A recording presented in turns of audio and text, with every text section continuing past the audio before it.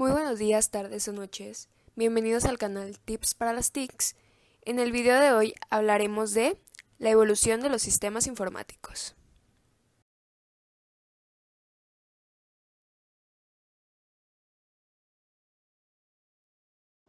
Comenzaremos hablando sobre la primera generación de computadoras. Esta es de 1946 a 1955. Para esta época la tecnología utilizada eran los tubos al vacío. Esos mismos son famosos por haber posibilitado el desarrollo de la electrónica hacia la mitad del siglo XX. Por esta razón, los ordenadores eran desarrollados con válvulas electrónicas de vacío. Se caracterizaban principalmente por tener un tamaño enorme, no disponer de sistema operativo, sino de una tarjeta perforada para almacenar toda la información, y eran utilizados exclusivamente por las fuerzas militares y la industria científica. Las computadoras que marcaron el hito de la primera generación fueron la SUSE Z1, diseñada por el ingeniero alemán Konrad Zuse en 1936, bajo el sistema electromecánico y con financiamiento propio de su inventor y el de sus allegados. Se dice que fue construida en el departamento de los padres de Zuse, debido a que el gobierno nazi no confiaba en el trabajo de este informático. La SUSE Z2, como todo lo que se crea por primera vez no es perfecto, SUSE decidió mejorar entre los años 1936 y 1939 su gran invento. Gracias a la ayuda de su amigo Helmut Schreyer, quien le aconsejó que cambiara el sistema mecánico por tecnología de circuito electrónico, implementó relés telefónicos para conocer la viabilidad del proyecto, obteniendo como resultado una máquina un poco más veloz, pero casi imposible de realizar debido a la escasez de la época de las válvulas termiónicas. La SUSE Z3, considerada como la primera máquina automática y programable de la historia, fue creada también por SUSE en 1941, como resultado de la combinación del trabajo duro y esfuerzos invertidos en la Z1 y Z2. Uno de sus grandes atributos fue que utilizó el sistema binario y la tecnología electromecánica basada en relés para llevar a cabo sus funciones. Continuamos con la ENIAC. Aunque su creación se les amerita a los ingenieros John Presper Eckert y John William McCauley en 1944, realmente fue un grupo conformado por 6 mujeres las que programaron esta computadora, así como la Z2. La ENIAC se desarrolló como una máquina meramente experimental y no de producción. La Z4, debido a que las computadoras Z3 fue destruida en 1943 en un bombardeo realizado en Berlín durante la Segunda Guerra Mundial, Konrad Zuse diseñó nuevamente una máquina como resultado final de todas sus anteriores versiones, utilizando tarjetas perforadas y el sistema de relés. Es conocida como la primera computadora en ser vendida en todo el mundo en 1950. La EDVAC, de toda la generación de computadoras hasta ahora existente, fue la segunda programable y la primera en usar un programa informático de almacenamiento. Su creación se le atribuye al Laboratorio de Investigaciones de Balística de Estados Unidos de la Universidad de Pensilvania en el año 1949. Entre los años 1951 a 1955 se fabricaron y construyeron varios modelos de computadoras que marcaron el inicio comercial de este gran invento tecnológico.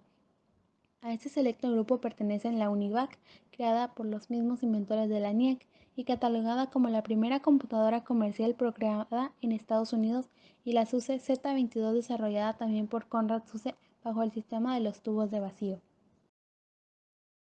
Continuamos con la segunda generación de computadoras, 1958 a 1964.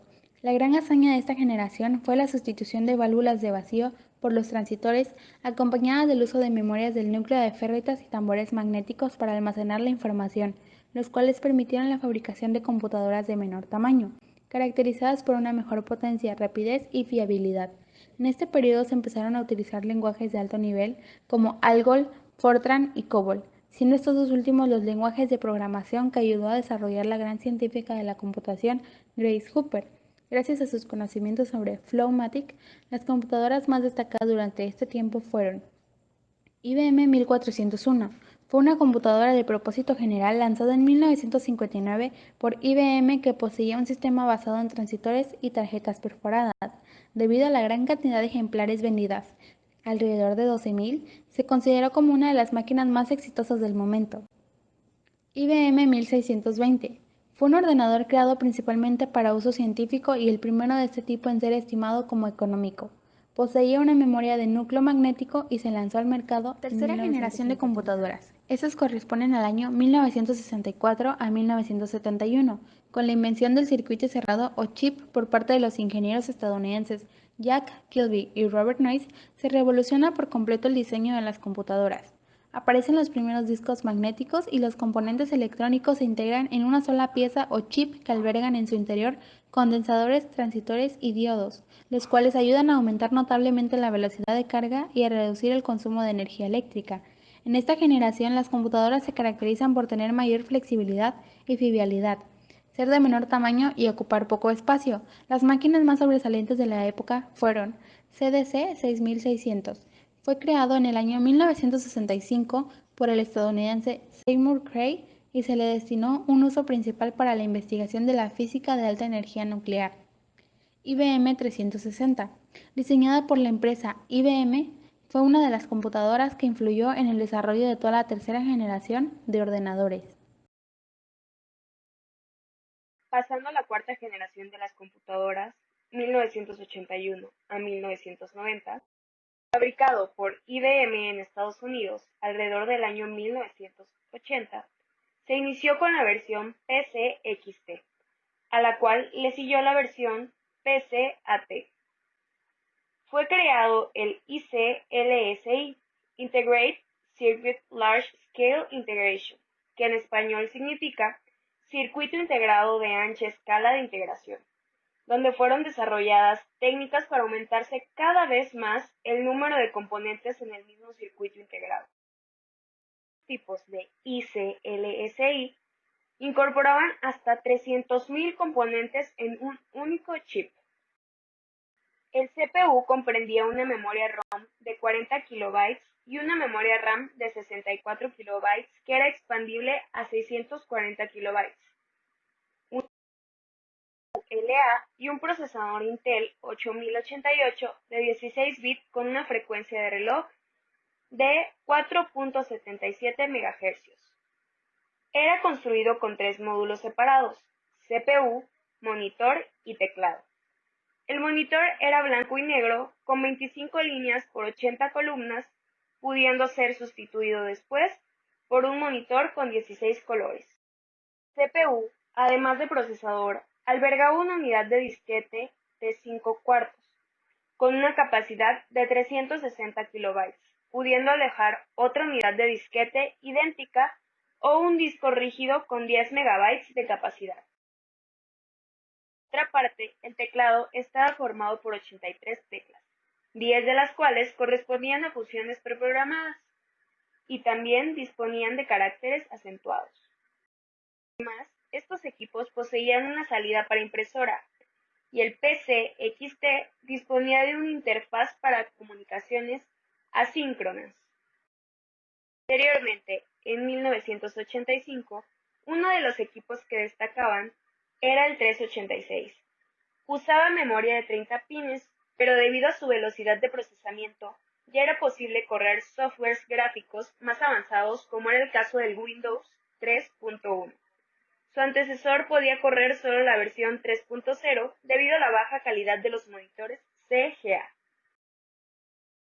Ya contaba con placas de VGA que podían alcanzar hasta 256 colores si es que el monitor soportaba esa configuración.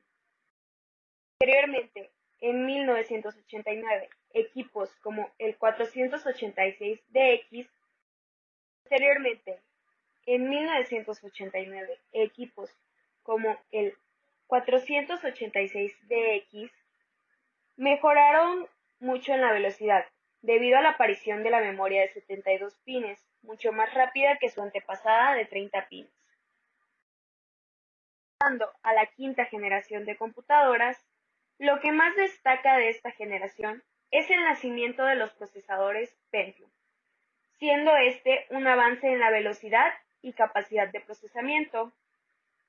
El Pentium 1 nace en el año 1997, el Pentium 2 en 1999 y finalmente el Pentium 4 en el año 2001. Siguiendo con la sexta generación de computadoras, esta generación se le puede llamar la era de las computadoras inteligentes, pues son basadas en redes neuronales artificiales o los llamados cerebros artificiales.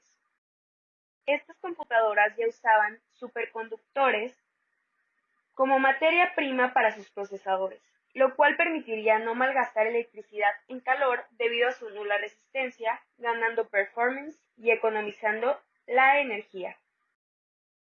Las novedades de esta generación fueron el uso de procesadores en paralelo, es decir, la división de tareas en múltiples unidades de procesamiento operando simultáneamente, aunque también otra novedad sería la incorporación de chips de procesadores especializados en tareas de video y de sonido.